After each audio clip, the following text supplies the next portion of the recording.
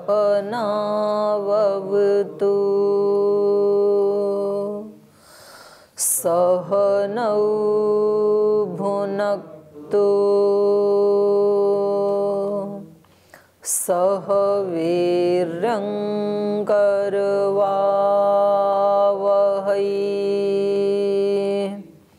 तेजस्विनावधीतमस्तु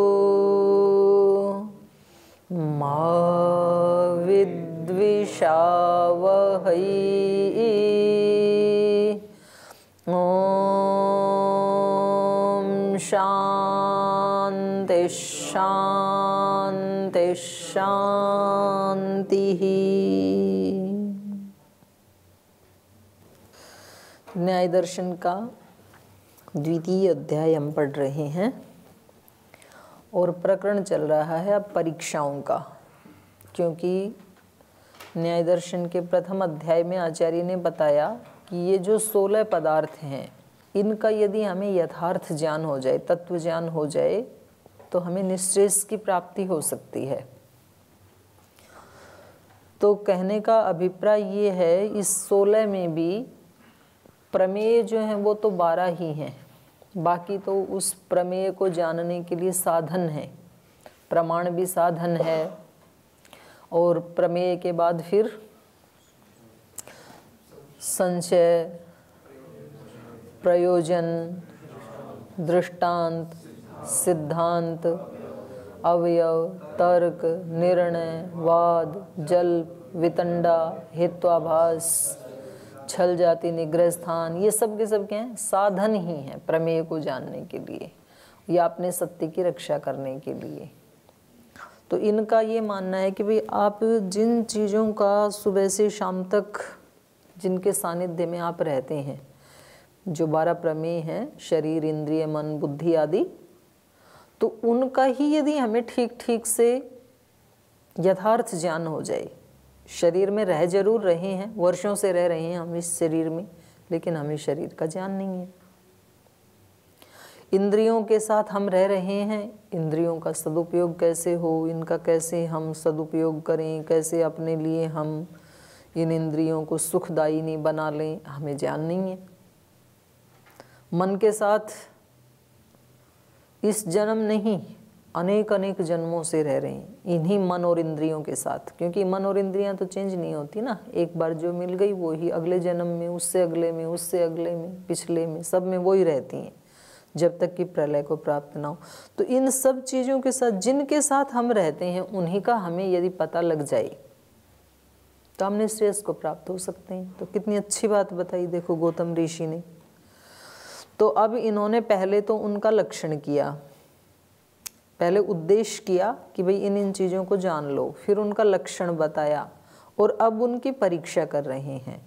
तो परीक्षा करने के लिए, क्योंकि संशय की आवश्यकता होती है और 16 जो पदार्थ हैं उनमें संशय भी एक है, तो यहाँ पर सबसे पहले संशय की परीक्षा की जा रही थी। तो संशय के ऊपर जो संशय उठाया था पूर्व पक्षी ने, उसका एक एक करके सिद्धांती ने, भाष्यकार ने उत्तर दे दिया। तो उन सब का निराकरण कर दिया था इन्होंने। तो ये हम पढ़ रहे थे यहाँ पर, यत पुनः एतत्। पीछे से कुछ पूछना तो नहीं है किसी को? आपको पढ़ के आया करो इसको, अभी तो आपके पास टाइम भी है, तो आपको अभी पढ़ते पढ़ते ही ये सारा पाठ पक्का हो जाएगा। तो कुछ ना आए तो आप अगले दिन पूछ सकते हैं। न्याय दर्शन में भी और वेदांत में भी पाठ को जरूर दोहराया करें एक बार। तो ये कह रहे हैं यत पुनः एतद् विप्रतिपत्तौ च संप्रतिपत्तेरिति। इन्होंने एक बात कही थी कि विपरीत ज्ञान से संशय क्यों नहीं होगा। बोले इसलिए नहीं होगा, यत पुनः जो विप्रतिपत्ति आप जिसको कह रहे हैं वो तो संप्रतिपत्ति ही है। विप्रतिपत्ति क्या होती है? विरुद्ध ज्ञान। एक व्यक्ति कहता है कि आत्मा है शरीर में, दूसरा कहता है आत्मा नहीं है, इसको क्या कहेंगे? विप्रतिपत्ति। तो ये कह रहे हैं कि ये जो विप्रतिपत्ति वो तो संप्रतिपत्ति ही है। हमें ज्ञान हो रहा है, दो प्रकार का ज्ञान हो रहा है, तो ये तो संप्रतिपत्ति ही है, तो संशय क्यों होगा? ऐसा पूर्व पक्षी का कहना था। तो ये कह रहे हैं यत् पुनः एतद् विप्रतिपत्तौ च संप्रतिपत्तेः इति। विप्रतिपत्ति में जो आप संप्रतिपत्ति की बात कर रहे थे, विप्रतिपत्ति शब्दस्य यो अर्थः, विप्रतिपत्ति शब्द का अर्थ क्या है वो पहले आप जान लीजिए। तद अध्यवसाय विशेषापेक्षः, और उस विप्रतिपत्ति शब्द के अर्थ को जान करके उसका अध्यवसाय हो जाने पर विशेषापेक्ष, विशेष की अपेक्षा होती है। अध्यवसाय किसका हुआ? दो विपरीत ज्ञानों का, विप्रतिपत्ति का।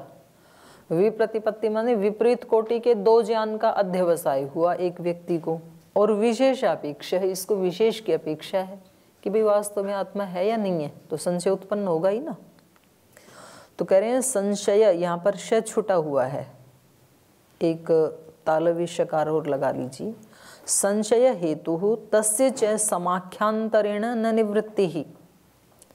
बोले ये दो विपरीत कोटि का ज्ञान हमारे सामने है, उसका हमें अध्यवसाय हो गया, विशेष की अपेक्षा है, तो ये संशय का हेतु बन गया अपने आप में, संशय तो होगा ही। तो संशय हेतु तस्य च समाख्यांतरेण न निवृत्ति, उसकी आप संज्ञा दूसरी बना दो, कीजिए विप्रतिपत्ति तो संप्रतिपत्ति है, तो संप्रतिपत्ति कहने से भी संशय का निवारण, संशय की निवृत्ति नहीं होगी, संशय तो बना ही रहेगा, क्योंकि हमें दो विपरीत कोटि का ज्ञान है, विशेष को जानने की इच्छा है। तो अब आप चाहे इसे विप्रतिपत्ति कहें या संप्रतिपत्ति कहें, संशय तो बना ही रहेगा। तो अब उसका अर्थ बता रहे हैं। समानेधिकरणे व्याहतौ अर्थौ प्रवादौ विप्रतिपत्ति शब्दस्य अर्थः। विप्रतिपत्ति किसे कहते हैं? समान अधिकरण में व्याहतौ अर्थौ प्रवादौ, परस्पर विपरीत अर्थ वाले दो प्रवाद, दो सिद्धांत। एक सिद्धांत, एक प्रवाद कहता है आत्मा है, दूसरा कहता है आत्मा नहीं है। और समान अधिकरण क्या है इसका? शरीर। एक ही अधिकरण में, या अधिकरण आत्मा को मानेंगे तो एक ही अधिकरण रूपी आत्मा में दो विपरीत कोटि का ज्ञान। समानेधिकरणे, तो अधिकरण क्या हो गया? आत्मा। व्याहतौ अर्थौ प्रवादौ, विपरीत दो प्रवाद, आत्मा है और नहीं है, ये दो प्रवाद हैं। तो ये विप्रतिपत्ति शब्द से अर्थ है, ये है विप्रतिपत्ति। विप्रतिपत्ति शब्द का अर्थ है एक समान अधिकरण में दो विपरीत कोटि का ज्ञान। तद अध्यवसायश्च, और उसका अध्यवसाय हो गया हमें, वो दो विपरीत कोटि का ज्ञान हमने दो व्यक्तियों से सुना। विशेषापेक्ष, और अब हम जानना चाहते हैं कि वास्तव में है कि नहीं, विशेष की अपेक्षा है हमें, तो ये क्या हो गया? संशय हेतु। तो ये विप्रतिपत्ति संशय का हेतु है। न च अस्य संप्रतिपत्ति शब्दे समाख्यांतरे योज्ययाने, योज्यमाने होगा है ना, ठीक कर लो ये की जगह में, योज्यमाने संशय हेतुत्वम न निवर्तते। कह रहे हैं ये इस विप्रतिपत्ति को संप्रतिपत्ति शब्दे समाख्यांतरे योज्यमाने, दूसरी संज्ञा इसको संप्रतिपत्ति कह देने से संशय हेतुत्वम न निवर्तते।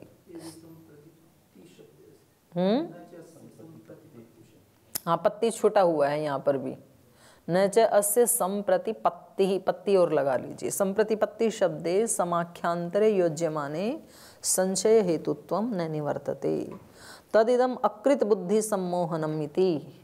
तो बोलिए जो पूर्व पक्षी ने जो 5 हेतु दिए थे कि संशय उत्पन्न ही नहीं होगा, ये इनकी बात कैसी है? अकृत बुद्धि सम्मोहनम इति, अज्ञानियों को सम्मोहित करने वाली जैसी बात है। जो अकृत बुद्धि हैं, अकृत बुद्धि मतलब अज्ञानी, आपका ये प्रयास अज्ञानी लोगों को, बिना बुद्धि वाले लोगों को सम्मोहन करने जैसा है। आप हमें नहीं कर सकते हैं सम्मोहित। यत् पुनः अव्यवस्थात्मनि व्यवस्थितत्वाच्च व्यवस्थाया इति, और जो आपने अव्यवस्था के बारे में कहा कि अव्यवस्था तो अपने स्वरूप में व्यवस्थित होने से संशय उत्पन्न नहीं होगा, ये जो आपने कहा था, तो उसके बारे में कह रहे हैं संशय हेतु अर्थस्य अप्रतिषेधात् अव्यवस्था अभ्यनुज्ञानाच्च निमित्तांतरेण शब्दांतर कल्पना व्यर्था। संशय हेतु अर्थस्य प्रतिषेधात्।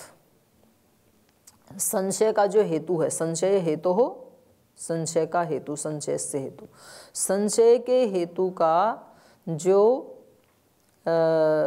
संशय हेतु अर्थस्य अप्रतिषेधात्, उसकी अव्यवस्था, संशय का जो हेतु है और उस हेतु की जो अव्यवस्था है उसका आपने प्रतिषेध नहीं किया। संशय हेतु अर्थस्य अप्रतिषेधात्। संशय का हेतु क्या है? अव्यवस्था, या व्यवस्था की, उपलब्धि की अव्यवस्था, अनुपलब्धि की अव्यवस्था, ये संशय का हेतु है।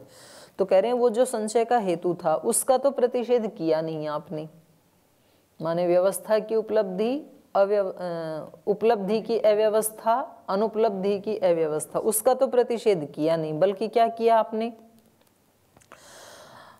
अभ्यनुज्ञानाच्च निमित्तांतरेण शब्दांतर कल्पना, बल्कि उसको स्वीकार करते हुए, अव्यवस्था को तो स्वीकार किया, पर उसको अव्यवस्था को स्वीकार करके निमित्तांतरेण शब्दांतर कल्पना, भिन्न हेतु से आपने शब्दांतर की कल्पना कर ली।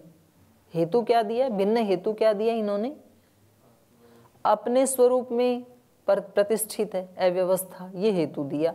तो बोले आपने उसका तो कोई समाधान किया नहीं अव्यवस्था का, तो बल्कि उसको निमित्तांतरेण, भिन्न हेतु से शब्दांतर कल्पना, शब्दांतर की कल्पना करके और आपने उसको, संशय को हटाना चाहा, जो कि व्यर्था, वो आपका प्रयास व्यर्थ है। शब्दांतर कल्पना क्या है वो बता रहे हैं। अव्यवस्था खलु अव्यवस्था न भवति व्यवस्थात्मनि व्यवस्थितत्वात् इति। ये इतने वाक्य को ना इन्वर्टेड कॉमाज में रख लो, कोमा यहाँ से शुरू करो, अव्यवस्था खलु यहाँ से लेकर के और व्यवस्थितत्वात् इति यहाँ पर बंद कर दो। ये करें, आपने क्या शब्दांतर कल्पना की? आपने कल्पना ये की अव्यवस्था खलु, जो आप अव्यवस्था बता रहे हैं वो अव्यवस्था न भवति, वो अव्यवस्था होती ही नहीं है। क्यों नहीं होती है?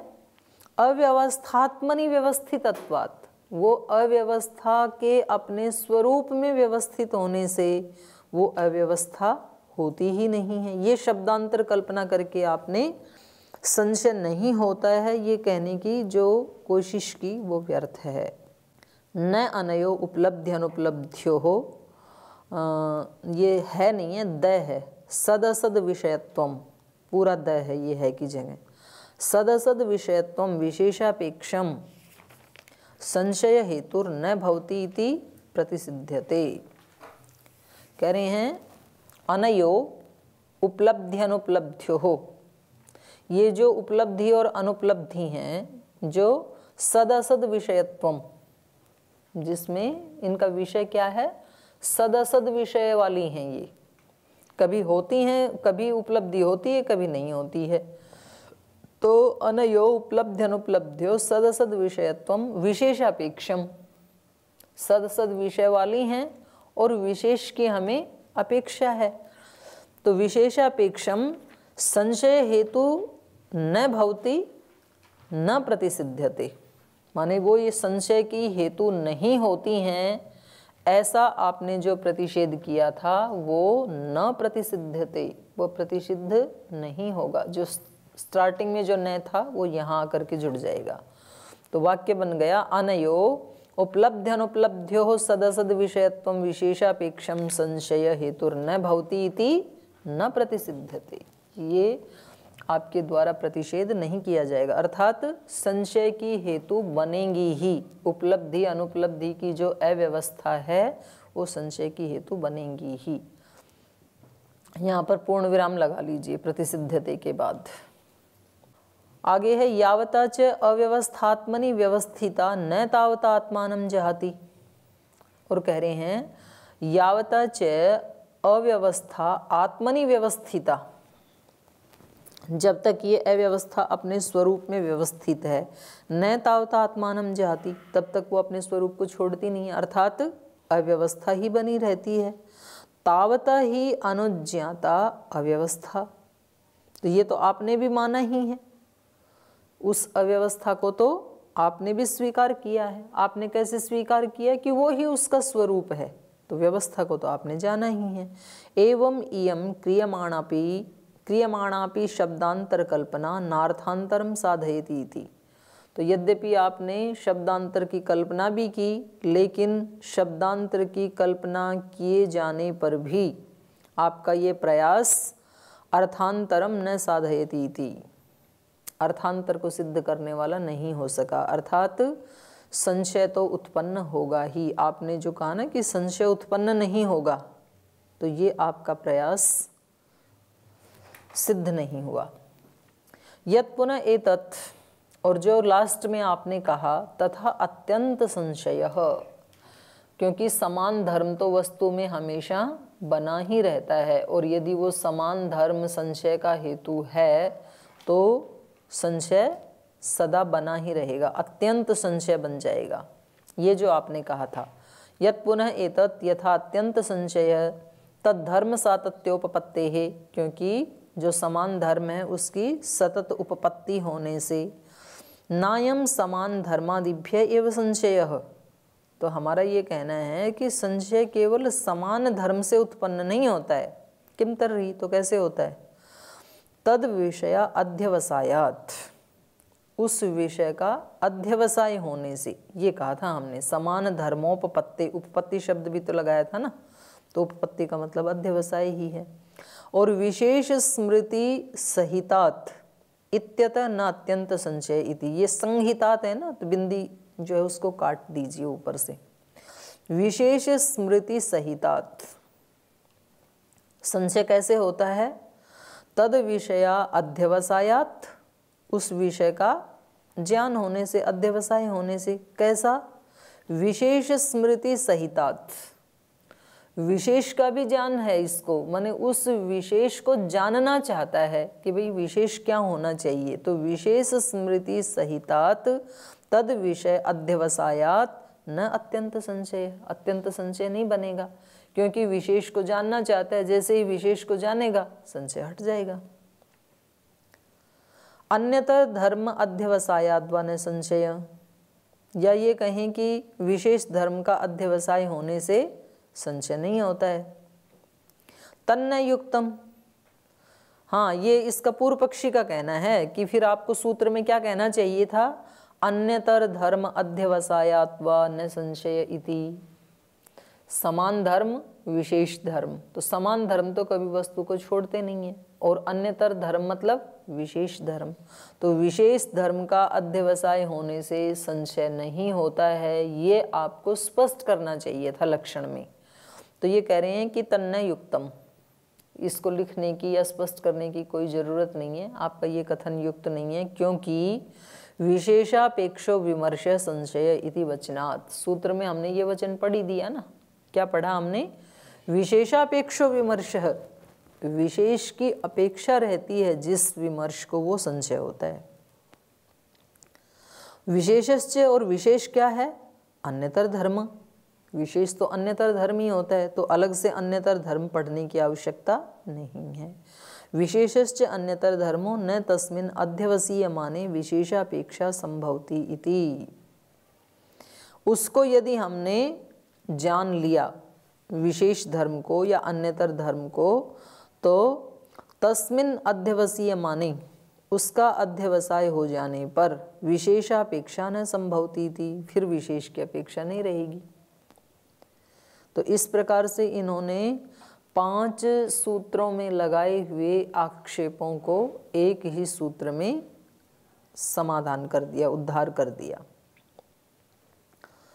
तो अपना उद्धार करने के लिए व्यक्ति को बहुत ज़्यादा लंबा चौड़ा उसके साथ उलझने की ज़रूरत नहीं है कि भाई उसने संशय 5 सूत्रों में उठाई तो अब हम उत्तर भी विस्तार से 10 सूत्रों में देंगे, ऐसा नहीं।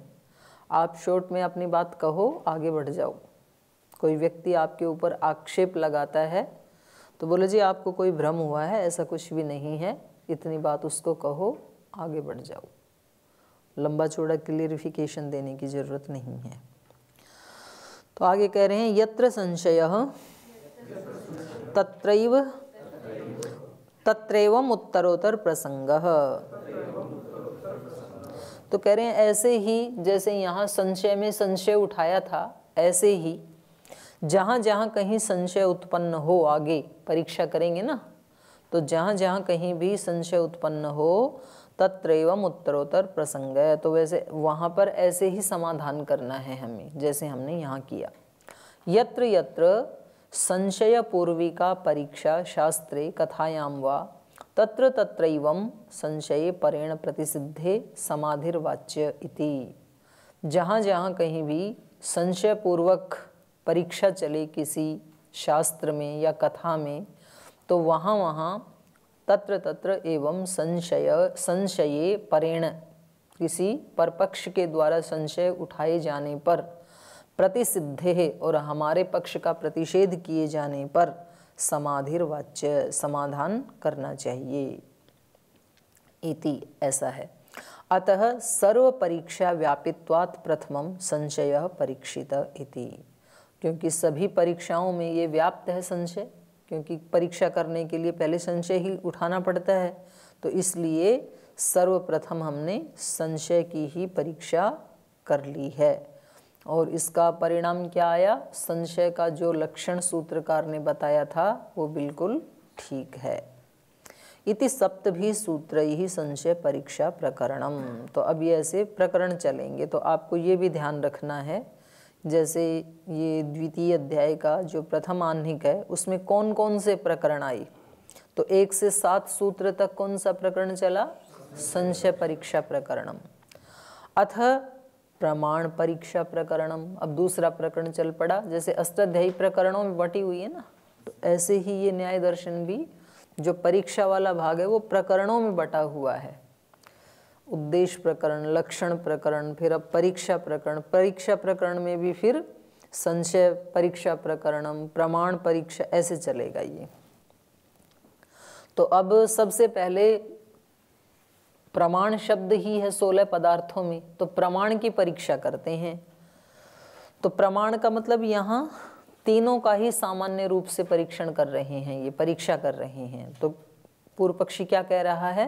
प्रत्यक्षादीनाम अप्रामाण्यम त्रैकाल्या सिद्धे है। बोले ये जो आपने प्रत्यक्षादि प्रमाण बताए हैं ना, ये अप्रामाण्यम, इनकी कोई प्रामाणिकता नहीं है, प्रमाण होते ही नहीं है। क्यों? त्रैकाल्या सिद्धि, त्रिकाल में असिद्धि होने से, त्रिकाल में भी प्रमाण मिलेगा ही नहीं आपको, सिद्ध नहीं होगा। उसी का कह रहे हैं प्रत्यक्षादि नाम प्रमाणत्वम नास्ति। जो प्रत्यक्षादि प्रमाण का आपने लक्षण बताए हैं ना प्रथम अध्याय में, उनका कोई प्रमाणत्व नहीं है। हेतु क्या है? ये तो होगी प्रतिज्ञा, इसकी हेतु है त्रैकाल्या सिद्धि है, त्रिकाल में उसकी असिद्धि होने से। त्रिकाल मतलब प्रमेय से पहले भी प्रमाण नहीं हो सकता, प्रमेय के साथ भी नहीं हो सकता, प्रमेय के बाद भी नहीं हो सकता। तो 3 ही तो काल होते हैं। प्रमेय को जानने के लिए प्रमाण की आवश्यकता होती है, तो कहते हैं प्रमाण की सिद्धि हो ही नहीं सकती है त्रिकाल में। प्रमाण या तो प्रमेय से पहले होना चाहिए, तो वो भी सिद्ध नहीं होगा, ये सूत्र में बताएंगे अपने आप ही। उसके साथ भी नहीं हो सकता और उसके बाद भी नहीं हो सकता। पूर्व पर सहभाव अनुपपत्ते इत्यर्थ।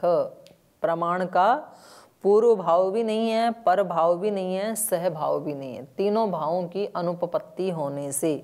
कैसे? अस्य सामान्य वचनस्य अर्थ विभाग है। तो ये जो सामान्य वचन इन्होंने कहा पूर्व पर सहभाव अनुपपत्ते, इसको अब विभाग करके खोल रहे हैं एक एक को।